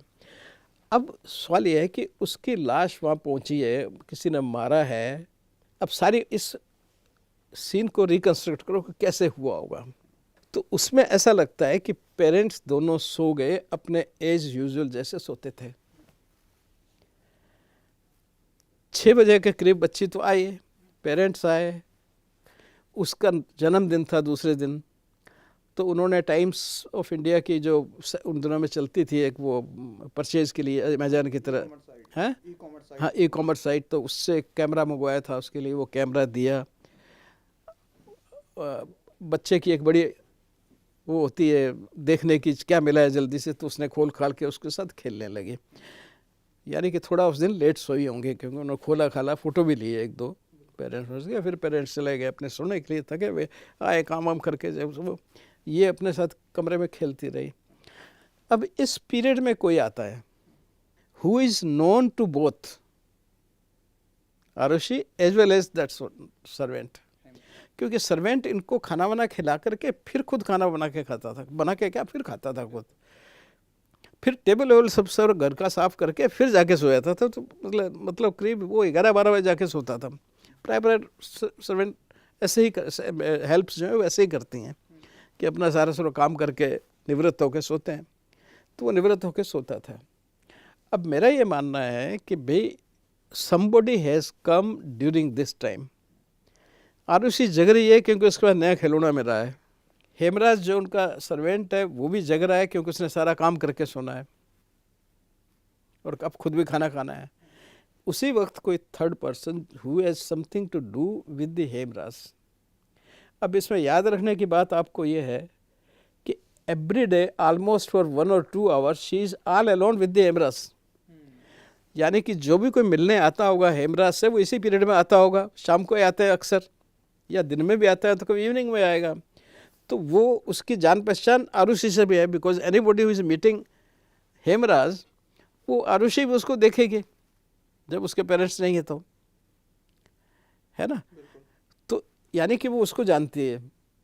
तो इसलिए उस दिन भी जो आया है वो ऐसा आदमी आया है, उसने जो कुछ भी करना था वो हेमराज के साथ करना था। उसका जो लेन देन हो या कुछ भी हो, एनिमिटी हो, व्हाटएवर उसका डिस्प्यूट था, वो हेमराज के साथ है। तो आकर के हेमराज से उसने कहा होगा, जैसे मान लेते हैं, मैं कल्पना के पैसे ही हो तो मेरे पैसे दे वापस। तो उसने कहा होगा यार नहीं है तो थोड़ा बात बढ़े, तो उसने कहा चुप करो यार, ऊपर चलते हैं, छत पे बात करेंगे। हाँ बच्चे यही है, ठीक है। तो उसको छत पे ले गए, वहाँ उनका झगड़ा हुआ और उसमें उसने उसको मार के, क्योंकि वहाँ पे उसका ब्लड मिलता है। उस आदमी ने कूलर के पानी में हाथ धोए हैं मार करके। उस आदमी का गिरते पड़ते दीवार पे पूरा निशान, पंजे का निशान है। और जहाँ दरवाजे का कुंडा है, कुंडे पे ब्लड लगा है, दरवाजे पे ब्लड लगा है, दरवाजे पे फिंगरप्रिंट्स हैं, हर जगह। बाहर की तरफ भी कुंडा जो लगाते हैं उसमें भी वहाँ पे ब्लड और उसके प्रिंट्स हैं। What more you want? खुली किताब की तरह। खुली किताब की तरह। अब उसमें कम से कम प्रोसेस ऑफ एक्सक्लूजन ही की जा सकती थी। प्रोसेस ऑफ एक्सक्लूजन कहते हैं कि ये नहीं है, बिल्कुल। हमने भी खाली इतनी साइज ले ली और जितने भी आपके सस्पेक्ट हैं उनसे मिलाते गए, तो जो उससे छोटे या बड़े हैं वो एक्सक्लूड हो गए ना, बिल्कुल कि ये तो नहीं है। बिल्कुल। तो कहीं ये कैसे हुआ, क्यों हुआ, ये मुझे भी एक इस चीज़ को जानने की वो है कि भाई मैं बार बार कह भी रहा था कि भाई ये जो हैंड प्रिंट आपके पास में है, ये जो प्रिंट्स इधर पड़े हैं, एक फुटप्रिंट भी था लेकिन वो मेरे देख जाने के बाद भी वो जितना था उतना भी रहा नहीं, because entry was free for one and all. ठीक है, कुछ शायद हो सकता है पेरेंट्स ने बाद में जब सारी सफाई कराई तो सफाई करने वालों ने कर दिया हो, नोबडी नोस। फिर वेपन का वो निशान जो बिल्कुल क्लियरली इंडिकेट करता है कि 2 कट मारे गए हैं। फर्स्ट कट नेक वाला है, सेकंड कट हेड वाला है, वो बिल्कुल इंडिकेट करता है, क्योंकि हेड का ये पोर्शन इतना वास्कुलर होता नहीं कि इतना ब्लड उस पर लग जाए। नेक वाला बहुत गहरा है। तो यानी कि हुआ ये, पहले ऊपर उसने उसको मारा, मारने के बाद उसके इमीडिएट दरवाजे के आरुषि ने देख लिया है, तो सुबह बता देगी सब, सुबह बता देगी कौन अंकल आए थे, बिल्कुल। तो पकड़ा जाऊंगा। तो उसके लिए कंपल्शन है मारना। आई विटनेस को मारना क्रिमिनल का एक कंपल्शन हो जाता है, अदरवाइज वो तो पकड़ा ही जाएगा। आते सबसे पहले आरुषि को पूछे भाई रात को कौन आया, बोले फला अंकल आए थे। फिर क्या हुआ, फिर वो ऊपर चले गए, तो वो तो गया। तो इसलिए ऐसे लोग जो हैं हमेशा ऐसे आई विटनेस को नहीं छोड़ते हैं। इसलिए उसने उसको मारा, एक पहले गला काटा, सो गई थी तब तक वो, फिर उसने ऊपर किया तो उससे ट्रेल बना, और सेकंड उसने मारा वो सिर पे लगा, सिर पे सीधा नहीं लगा ब्लेड वाला साइड, वो लगा उल्टे वाला साइड, इसलिए फ्रैक्चर, मल्टीपल फ्रैक्चर और डीप वुंड हो गया वहाँ पे। तो ये मेरा प्रिजम्पशन है कि इस प्रिजम्पशन को कंसिडर करना चाहिए था टू द इन्वेस्टिगेटिंग ऑफिसर, है ना। तो अब वो नहीं हुआ कैसे, या लिमिटेशन होंगे, हो सकता है उन्होंने पे इस पे जांच करने की कोशिश की हो, किसी को पकड़ा नहीं पकड़ा, लेकिन एक्सक्लूजन किया जा सकता था। ये मेरा पक्का है कि कहीं ना कहीं जो फिंगरप्रिंट है डिकीस्ट का मिलना कोई मुश्किल काम नहीं था। और कुछ ऐसी हिस्ट्री मिली थी कि रिसेंटली उसने कुछ लोन लिया था अपना घर वर बनाने के लिए नेपाल में ही, है ना। तो उसके रिकॉर्ड्स में तो कोई उसको आसानी से एक्सक्लूड कर सकते थे, साइज से भी कुछ लोगों को एक्सक्लूड कर सकते थे, बिल्कुल, है ना। तो पेरेंट्स को तो कम से कम एक्सक्लूजन किया ही जा सकता था। तो ये मेरे को भी बड़ा थोड़ा सा कॉम्प्लेक्स सा लगा। फिर उसमें ये भी थ्योरी निकल करके आई कि आरुषि के हेमराज के साथ संबंध थे, और फिर उसके बाद उनके माता पिता को पता चल गया था। संबंध होते तो पोस्टमार्टम रिपोर्ट में दिखते नहीं क्या, उन्होंने बिल्कुल क्लीन चिट दी है। भाई संबंधों का मतलब ये कि देर मस्ट भी, अगर एक बार मल्टीपल बार, तो उसमें मेडिकल एग्जामिनेशन पे बिल्कुल उसको जाहिर हो जाता है, वो कुछ छुप नहीं सकता। It can not be concealed on the postmortem examination. तो ऐसे कोई एविडेंस नहीं लिखी हुई है। सर इसी से जुड़ा हुआ मेरा ये सवाल है कि जिस तरीके से क्राइम सीन कंटेमिनेट हो जाते हैं, फिर उसके बाद जब कोर्ट में मामला जाता है तो कहीं ना कहीं एक ना बहुत बड़ा लूप होल नज़र आता है। क्या आपको लगता है कि इंडिया में लॉ रिफॉर्मेशन की बहुत ज़्यादा ज़रूरत है, स्पेशली क्रिमिनल लॉ? देखिए ऐसा है, दो पार्ट है, एक इन्वेस्टिगेशन है, इन्वेस्टिगेशन के बाद में आपका ट्रायल शुरू होता है, जुडिशियल रिफॉर्म्स बाद की बात है, उससे पहले आपको इन्वेस्टिगेशन की बात है। अब इन्वेस्टिगेशन में मैं बार बार जैसे कहता हूँ, पहले भी कहता था अब भी कहता हूँ कि भाई आपको एक तो पुलिस को ट्रेनिंग बहुत ज़रूरी है, कांस्टेबल से लेकर सबको ट्रेनिंग, और उसमें मिनिमम प्रोटोकॉल्स हर सिचुएशन के लिए वो उनको रटा के छोड़ देना चाहिए, और एक एक कॉपी उनके पास हमेशा रहने का मैंडेटरी कर देना चाहिए। तुम्हें ये प्रोटोकॉल रखो अपने पास में, या थाने में कम से कम उन प्रोटोकॉल्स की कॉपियाँ पड़ी, उससे जाने से पहले एक नज़र डाल लें, हमने मर्डर केस है, एक्सीडेंट केस है, ये कैसे, ये हमने करना ही करना है। बाहर ऐसे ही होता है, आप कोई वहाँ इंस्ट्रूमेंट भी देखेंगे रखा हुआ कहीं भी, तो उसके साथ में उसका जो है प्रोसीजरल लगा रहता है, पहले इसको ऑन करो, ये बटन ऑन करो, इतना ऑन करो, स्टेप बाय स्टेप, है ना। तो वैसे प्रोटोकॉल होने चाहिए कि आप गए व्हीकल एक्सीडेंट केस है, these are the things which you have to collect, ये ऑब्जर्वेशन। तो वो हालांकि फॉर्म्स हैं बने हुए हैं, बहुत पुराने फॉर्म्स बने हुए हैं, और उसमें प्रोटोकॉल के रूप में नहीं है, मतलब कंपल्शन जो होता है ये चीज़ तो आपको लेनी है, ये करनी है, ये नहीं है, नहीं अगर नहीं है तो उसको आप क्रॉस करेंगे या एक्सप्लेनेशन देंगे इसलिए नहीं है, अवेलेबल नहीं है, ये करके।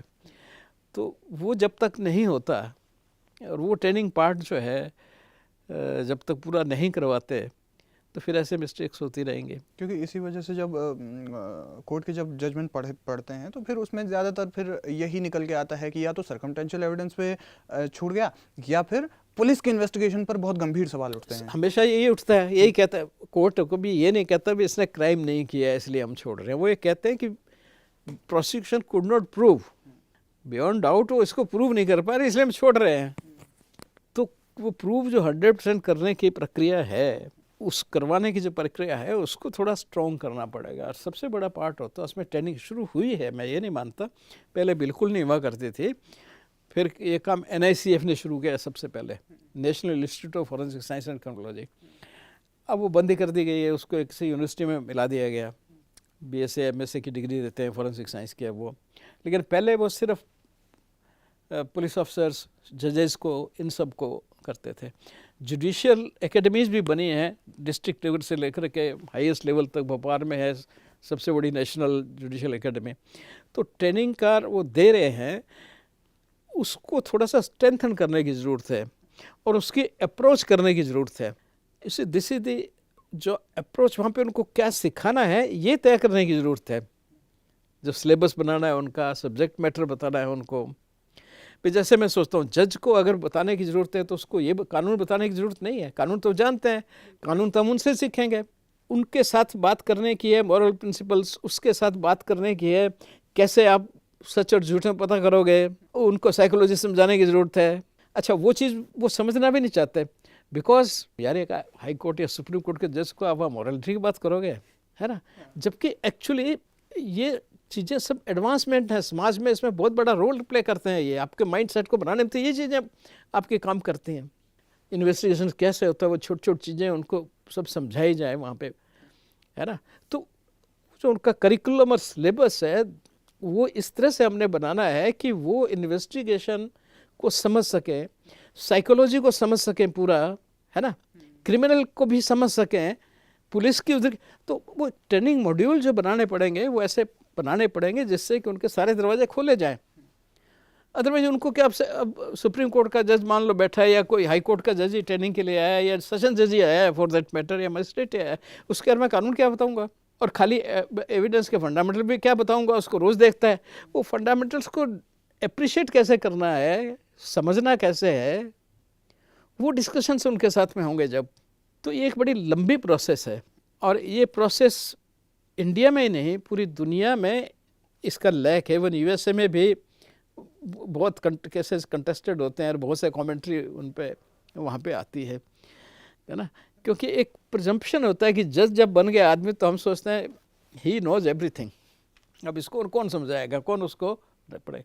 लेकिन मैं ये मान के चलता हूँ कि जब आप क्लासरूम में बैठे हो तब आप दूसरी तीसरी चौथी क्लास के बच्चे की तरह हो, और फिर सिलेक्शन ऑफ द पीपुल जो पढ़ाएंगे वहाँ पे अगर उसी स्ट्रीम में से निकाल के उन्हीं लोगों से आप पढ़ा दिया तो वो कुछ फ़र्क नहीं पड़ेगा, because he has been doing the same thing. एक दो चीज़ें बस जल्दी जल्दी से, जैसे कि क्रूएल्टी, जब क्रूएल्टी की बात करते हैं आजकल इतना देखा जा रहा है कि एक तो होता है कि मर्डर के केसेस में ज़्यादातर ये होता है कि हीट ऑफ द गुस्सा आया और हीट ऑफ द मोमेंट में काम हो गया, लेकिन कुछ सारे केसेस में ऐसा भी है कि जिस तरीके से क्रूएल्टी की जाती है, बर्बरता की जाती है और टुकड़े किए जा रहे हैं 30 40 50, ऐसा क्या मतलब साइकोलॉजी होती है इसके पीछे कि इस तरीके की चीज़ें हो जा रही हैं? देखिए आपका क्वेश्चन बहुत बड़ा, बहुत इंटरेस्टिंग क्वेश्चन है जी। कि हम मर्डर करने वालों को जो लोग हैं वो कैसे क्लासिफाई करें। देखो एक मर्डर तो होता है जो इंसिडेंटल कोइंसिडेंटल गुस्से में आदमी के बदले की भावना से there is some reason behind और आदमी कर देता है, ठीक है, उसको आप एक कैटेगरी में रख दीजिएगा। दूसरा, उसमें से कुछ ऐसे मर्डर हो सकते हैं जहाँ पे उसका इतना अपमान ज़्यादा हुआ हो कि वो सोचता है कि रिवेंज इज ए रिवेंज, उसका डीप इतना उसके दिमाग में हो जाता है कि वो टुकड़े कर दिए और कर दिए। और एक दूसरा होता है जैसे निठारी वाला केस है ना, आपके पड़ोस में ही है, तो वो केस है जहाँ पे आदमी लेता है टुकड़े। वो दो अलग अलग परिस्थितियाँ हैं, ये दोनों अलग अलग परिस्थितियाँ हैं। ये जो दूसरी तरह के लोग हैं जो बहुत से लोगों को मारते हैं, उनके टुकड़े करते हैं, म्यूटिलेट करते हैं, और है these persons they are not falling in the category of normal persons, ठीक है। तो इसमें सबसे ज़्यादा कैटेगरी जो होती है वो साइकोपैथ्स की होती है, ठीक है ना। तो साइकोपैथ जो होते हैं वो सीरियल मर्डर में ज़्यादा इन्वॉल्व होते हैं। एक अंदाजे से देखा गया है कि रफली जितने दुनिया में साइकोपैथ हुए हैं लगभग 75% उनमें से 75% ये सीरियल किलर्स में या इस तरह की हरकत करने वालों में साइकोपैथिक ट्रेट्स या ट्रेट्स देखे गए हैं। 50% फ्रैंक साइकोपैथ्स होते हैं और बाकी के 25% जो है उनमें ट्रेट्स होते हैं, किसी में 3 ट्रेट हैं, किसी में 4 ट्रेट्स हैं साइकोपैथी के जो सिम्टम्स दिखाए गए तो उनमें से हो गए। तो वो तो एक उनकी एक सिकनेस है, एक they are not mentally normal people, they are called as a psychopath. तो ज़्यादातर उस तरह की कैटेगरी के लोग जो हैं वो टुकड़े टुकड़े करके फेंकने में, डिस्पोजल में करते हैं। डोपामाइन हिट होता है उनका, डोपामाइन हिट होता है उनसे उनका, या फिर इससे क्या होता है सर? ऐसा होता है कि देखिए साइकोपैथिक पर्सनालिटी जो है उसका पहले आप समझने की कोशिश करो कमी क्या है, क्यों करता है ऐसा वो। नंबर 1, उनमें इमोशंस नहीं होते। नंबर 2, उनमें एम्पैथी नहीं होती। एम्पैथी, प्यार, ममता जो है ये उसमें नहीं होती, इसका अभाव होता है, ठीक है। तीसरा, रिमोर्स नहीं होता। आप कुछ भी गलत काम कर देते हैं आपको तुरंत पश्चाताप होता है, उन लोगों को ये रिमोर्स नहीं होता। चौथा, ग्रेडियोसिटी होती है, वो अपने को बहुत बड़ा समझते हैं, मैं बहुत बड़ा आदमी हूँ। एंटाइटल्ड समझते हैं कि मैं तो ये करने के लिए एंटाइटल्ड हूँ साहब, मुझे किसी से पूछने की ज़रूरत नहीं है। तो एंटाइटलमेंट होता है, कोई भी गलत काम करे तो मैं तो कर सकता हूँ, आई एम स्पेशली एम्पावर्ड, ठीक है। अब जिसमें ये मेरे बाकी और बहुत टाइम बहुत लगेगा उसमें, तो जैसे मान लो आप इन 4 पॉइंट को लो, जिसके अंदर न रिमोर्स है न एम्पैथी है, वो व्यक्ति को किसी आदमी को मारने में न दुख हो रहा है न ही उसको पश्चाताप हो रहा है, यानी कि उसको किसी तरह का कोई एजिटेशन नहीं है, शांत है। मैं अगर किसी के चाकू मार दूंगा तो मेरे से खाना नहीं खाया जाएगा, है ना। ये आपके हाथ से कोई मर जाए तो, कोई चूहा भी मर जाए तो आदमी कांपने लगता है, पर उनको ऐसा कुछ नहीं होता, बिकॉज इमोशनली बिल्कुल स्टेबल होते हैं, भावनाएं कुछ होती नहीं, रिमोर्स पश्चाताप कुछ होता ही नहीं। तो वो फिर क्या करते हैं लोग कि जैसे उसने एक आदमी का मर्डर किया तो बड़ा कूल रहता है वो, इट डजंट फील डिस्टर्ब्ड। तो फिर आराम से वो उस बॉडी को डिस्पोज ऑफ करेगा, जितनी भी एविडेंस है उनको समाप्त करेगा। इसीलिए साइकोपैथ का किया हुआ मर्डर कभी डिटेक्ट नहीं होता। पूरा अगर आप इनकी इतिहास जितनी कहानियाँ पढ़ोगे, कभी भी डिटेक्टिव उनको डिटेक्ट नहीं करते, वो खुद अपनी गलती से पकड़े जाते हैं। इंसिडेंटली पकड़े जाते हैं, एक्सीडेंटली या इंसिडेंटली पकड़े जाते हैं। कुछ ऐसा कोई मेजर मिस्टेक हो जाती है या ऐसी कोई मेजर मिसहैप हो जाता है कि पकड़ में आते हैं। That's why they are able to do 20, 30, 40 murders, क्योंकि वो बड़े इत्मीनान से काम कर रहे हैं। हो सकता है उसने डेड बॉडी मार करके अपने खाट के नीचे रखी है और आप गए हैं, आराम से गए हैं, तो वो खाट में उसको जो क्या कहते हैं चद्दर होगी नीचे कर देगा, उसको दिखे नहीं, आपके साथ बैठ के चाय वाय पिएगा, सब कुछ करेगा, आप कहोगे तो आपके साथ मूवी देख के आ जाएगा, आकर के फिर रात को आराम से उसको डिस्पोज ऑफ करेगा। तो उनकी ये मनस्थिति होती है। और ये कोई रेयर चीज़ नहीं है। एक रफ आंकड़े के हिसाब से पहले माना जाता था कि 100 में से 4.5 आइदर साइकोपैथ या साइकोपैथिक ट्रेट हो सकते हैं। बहुत समय कुछ 4-5 ट्रेट होंगे, पूरे साइकोपैथ नहीं है। अब रिवाइज्ड उन्होंने की हैं अपने क्राइटेरिया, PCLR उसको बोलते हैं, ठीक है, psychopathic checklist, R means revised. अब उसके हिसाब से उन्होंने थोड़े स्ट्रिक्ट किए हैं। वो टोटल पॉपुलेशन निकल के आई है 1.2%, यानी कि 1000 में से 12 आदमी जो हैं वो आपके साइकोपैथ है, ठीक है ना। तो ये हर जगह कहीं मिल सकते हैं। आपका कोई रिश्तेदार भी हो सकता है, दोस्त भी हो सकता है, आपका फ्रेंड भी हो सकता है, वो भी है। डिटेक्ट नहीं होगा कभी भी, क्योंकि उनकी सबसे बड़ी क्वालिटी होती है कि उनका जो पर्सनल बिहेवियर है बहुत चार्मिंग होता है। They are very charming, they are always very well dressed. खास करके जूते तो चमकते हुए मिलेंगे ही मिलेंगे उनके, हमेशा वो देखने के लिए मैं कैसा लग रहा हूँ। फिर लोगों से बातें सीखते हैं वो कि कौन सी बात से लोग अप्रिशिएट करते हैं। उसमें कोई इमोशन नहीं है, एक्टिंग है ना। तो एक्ट लर्न करते हैं समाज से, दूसरे लोगों पे प्रभाव डालने के लिए सीखा हुआ व्यवहार होता है, लेकिन उसकी डेप्थ कुछ नहीं है।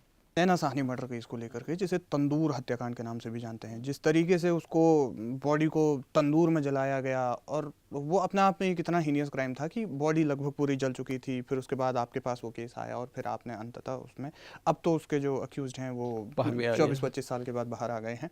तो कैसे आपने उसका खुलासा किया, और जब वो बॉडी आई सबसे पहले आपके पास, तो वो किस अवस्था में आई थी? देखिए ऐसा है, वो बॉडी आई थी पहले दूसरे हॉस्पिटल में, ठीक है।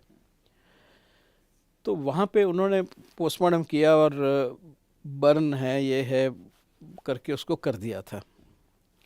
मतलब कि कोई पुलिस को कोई ऐसे डाउट वाली बात उसमें नहीं नज़र आ रही थी। तो उस वक्त जो इंचार्ज थे उनके मैक्सवेल परेरा थे,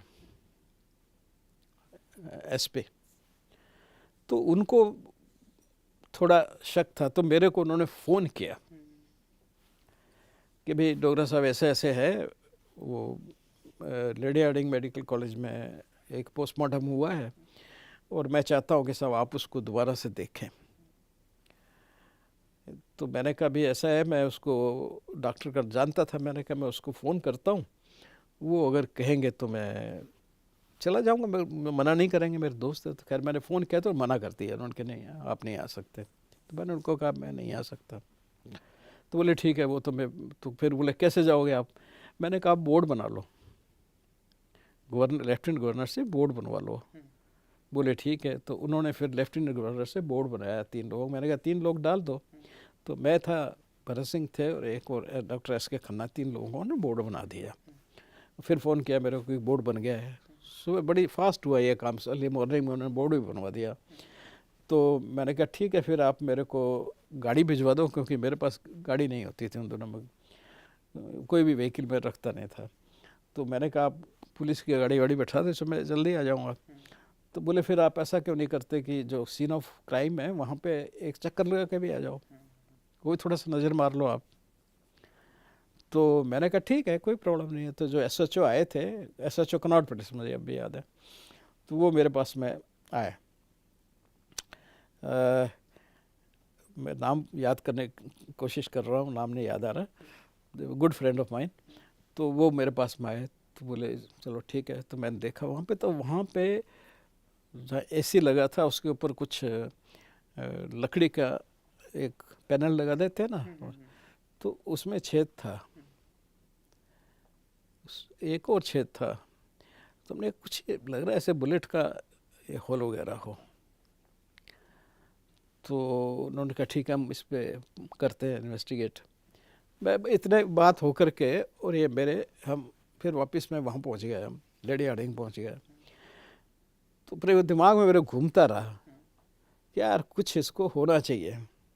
उधर उन्होंने भी, पुलिस ने दोबारा से रीचेक किया तो उनको भी लगा, और आसपास में से पूछा तो उन्होंने पता चला भाई यहाँ कभी कभी गोली चलने की ऐसी घटना यहाँ हुई है। तो वह मैंने कहा फिर एक्सरे करवाएंगे हम। तो जहाँ थे हम वहाँ पे उन्होंने मना कर दिया कि हम एक्सरे नहीं करेंगे। तो मैंने कोई बात नहीं, हम इसको कहीं और रख सकते हैं। डॉक्टर भरत सिंह जो है सिविल, उस वक्त वो सिविल हॉस्पिटल कहलाता था और वो उसके मेडिकल सुप्रेंट थे, तो कोई दिक्कत ही नहीं थी। तो अपने साहब उन्होंने कहा चलो मेरे साथ मेरे यहाँ चलते हैं।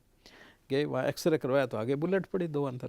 फिर हमने कहा कि हम बॉडी हम वापस नहीं ले जाएंगे, वहीं पे पूरा कर देंगे इसको। तो वहीं पे उनके फिर वो सिविल हॉस्पिटल ले जा करके वह मोर्चरी थी, क्या कहलाता है वो, सब्जी मंडी, तो वहाँ पे सारी कंप्लीट किया गया। फिर इस तरह से रिपोर्ट बना के आप लोगों ने सबमिट की कि बुलेट से डेथ हुई है, बर्न से नहीं है।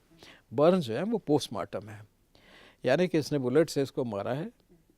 और फिर उसके ऊपर जब हुआ तो सब उसने बता दिया कि साहब मैं ऐसे ऐसे ले गया था वहाँ तक, बुलेट ही मैंने मारी थी, बिकॉज कोई लड़का था जिससे उसके संबंध थे और उसको फ़ोन करती थी, उसको डाउट था।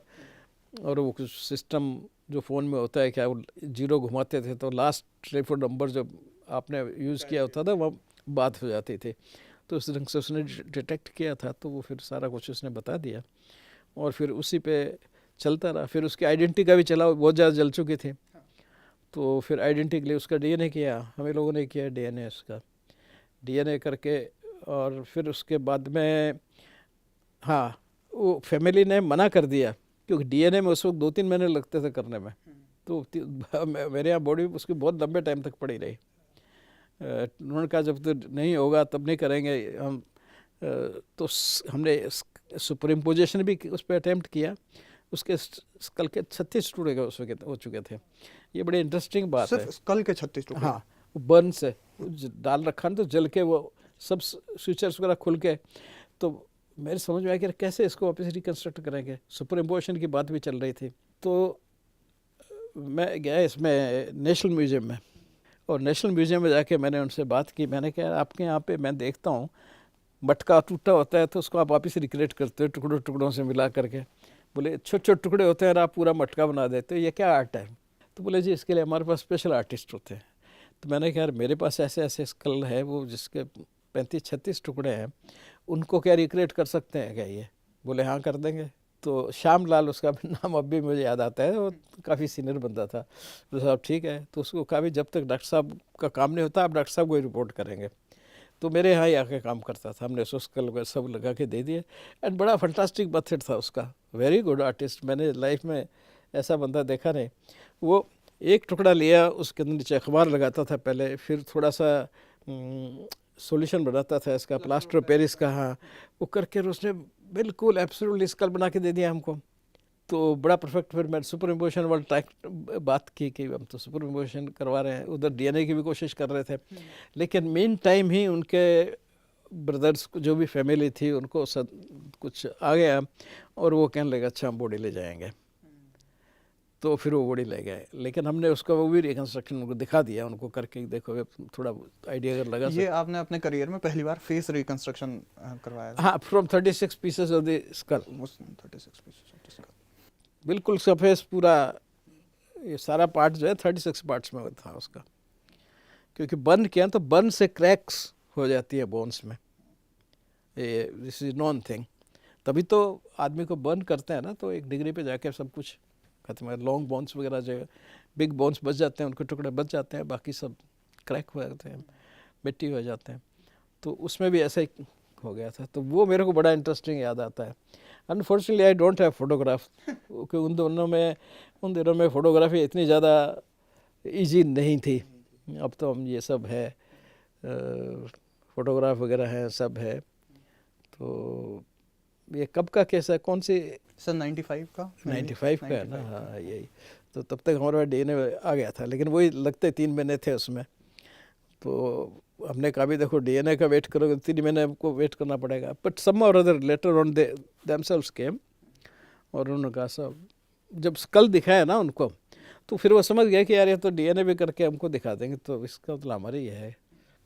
सर बस चलते चलते एक चीज़ और, जिस तरीके से आपने फेस रिकंस्ट्रक्शन की बात करी, क्राइम सीन रिकंस्ट्रक्शन की बात करती है, बात चलती है, क्या कोर्ट क्राइम सीन रिकंस्ट्रक्शन को अब बहुत स्ट्रांगली ये बिलीव करता है कि जिस तरीके से क्राइम सीन रिकंस्ट्रक्शन होता है वही? देखो भी बिल्कुल ऐसे मैंने ही तो है। इतने काफ़ी क्राइम सीन रिकंस्ट्रक्ट किए, और इसमें कुछ केसेस ऐसे रहे हैं कि जहाँ पे कोर्ट ने उनको देखा और एक्सेप्ट किया, जैसे बाटला उसमें हमने पूरा रिकंस्ट्रक्शन किया था, बड़ी मेहनत से किया था, और कोर्ट ने बाकायदा उसको दिखाया वहाँ कोर्ट रूम में, डिफेंस को, सबको, एक्यूज सभी जो भी थे वहाँ पे, and permitted them to ask the questions कि आप इसके बारे में बताइए क्या है, ठीक है ना। तो यस, पर it all depends upon the court to court. देखिए कोई भी एविडेंस आप कोई चीज़ करना, विटनेस प्रोड्यूस करना चाहते हो आप, तो कोर्ट को आप प्रोसिक्यूशन लिस्ट सबमिट करोगे, तो कुछ चीज़ें एडमिसिबल होंगी, कुछ नहीं होंगी।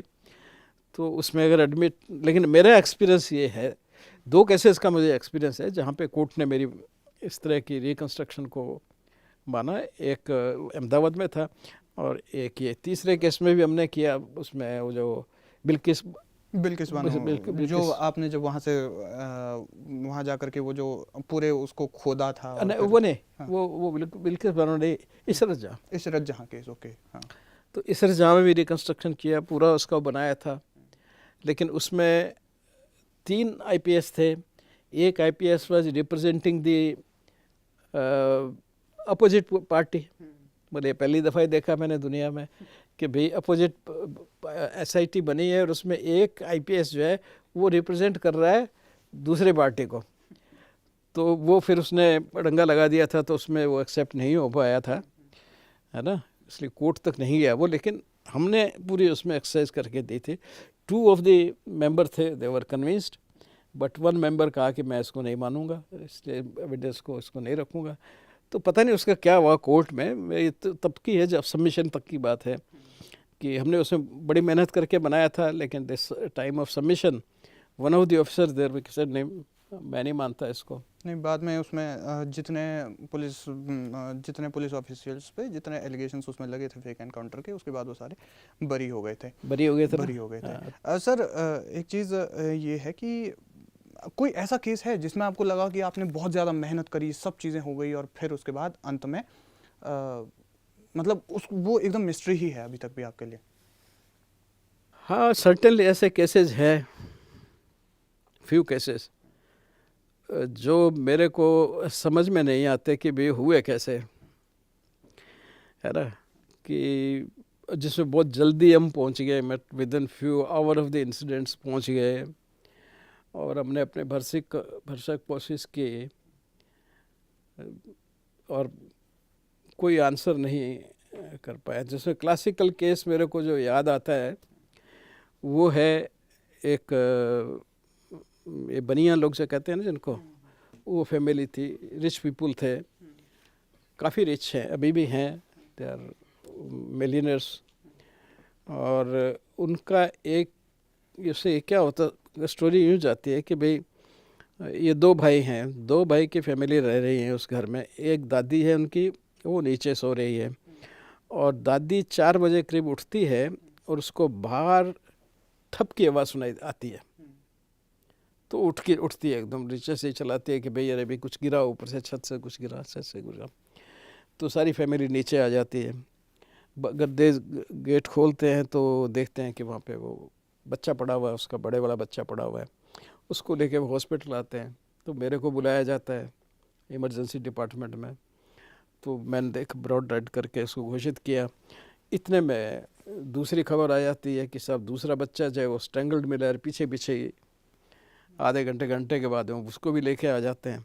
अब मेरी बड़ी इनकी सीटें फंस गई, और उसका वायदा भी जो आईओ था वो अब पुलिस वाले रोज़ आते हैं तो कुछ लोग थोड़े आपके ज़्यादा अच्छे वो होता ही आदमी में जैसे, तो उनमें से था कि उसके लिए मेरी लाइकिंग थी थोड़ी सी, मतलब अच्छा बिहेव करता था।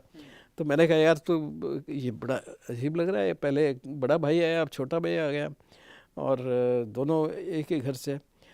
तो कहने लगा सर ऐसा है, मुझे तो आपको वहाँ मैं तो यही आपसे रिक्वेस्ट कर रहा हूँ कि मेरे साथ मौके पे अभी चलिए आप। मैं चलो, तो उसी समय अर्ली मॉर्निंग में ही चले गए थे।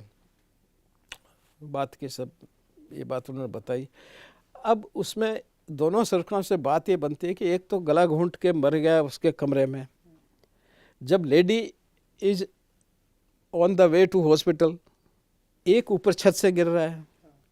अब घर के अंदर गए हम लोग, देखा छत पर जाने की कोई जगह ही नहीं है, वहाँ ताला लगा हुआ है, छत का दरवाज़ा, मिट्टी जमी है छत पे, रेलिंग पे मिट्टी है जहाँ से फेंकने की संभावना हो, और पूरी स्टेयर केस के अंदर उस समय एक वो आया करते थे सेट, वो कौन सा मैन जो उठता था करता था इसमें टेलीविज़न पे उसके आया करते, ही मैन या ऐसे कुछ था, है ना।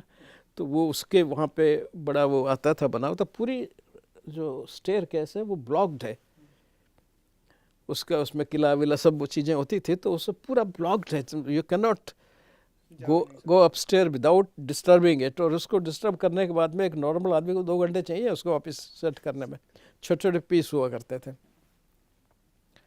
बहुत लोग हम परेशान हुए।